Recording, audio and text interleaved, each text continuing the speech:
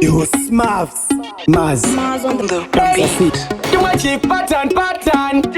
Singu watwali permission. But now you zombe. Tatiri kuvura mutandoko. Kachimoko kano ya pateni. Noko. Nemazira isi hapa kasina mafoko. Nemamwe maschingwa nesa isi na yoko. Mama pawagarita vakanditipa sopo. Singu chimbomira kufila sori patopo. Chokuchema maje wapera se sopo. Ova here usina kwira chakachimira. Gundi shanyira. Nyaya dzakundi wandira. Mama vakundi kaira. Tsika mabreki. Tsikache pakati mira kundi shanyira. Nyau dzakundi nyanyira. Mama vakundi kaira. Tsika mabreki. Tsikache pakati. Aiwa tibvirepo.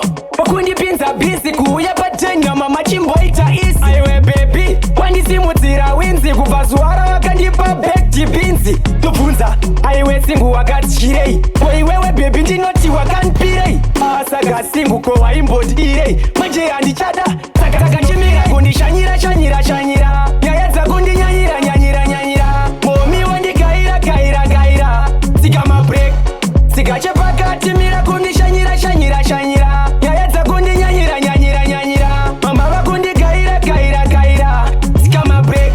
Tsikache pakati. Saka watonzero ngaseko. Mira zvekushanya paden pang madeko. Mama vakakuona vanocheka na jeko. Vanocheka na jeko. Izwe baby, asikukudzinga kundipedzera sadza rangu chinyetsera masupo eda uyende. Saka chimira kundi shanyira. Nyaya dzakundi wandira. Mama vakundi kaira. Tsika mabreki. Tsikache pakati mira kundi shanyira. Nyau dzakundi nyanyira. Mama vakundi kaira. Tsika mabreki. Tsikache pakati. Aiwa tibvirepo. Vakundi pinza bisi kuuya pateni na mama chimboita isi. Aiwe baby. Wandisimudzira winzi kubva zuva ravakandipa bekti binzi. Tobvunza. Aiwe singu wakatyirei. Iwewe baby ndinoti wakanipirei. Saka singu ko waimbotirei. Manje handichada. Saka chimira kundi shanyira. Nyaya dzakundi nyanyira. Momi wandikaira. Tsika mabreki. Tsikache pakati mira kundi shanyira. Nyaya dzakundi nyanyira. Mama vakundi kaira.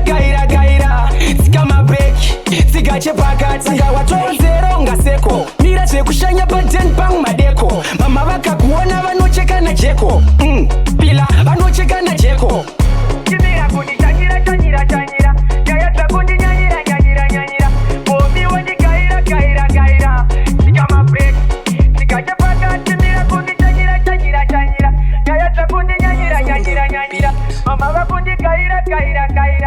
Tsika mabreki.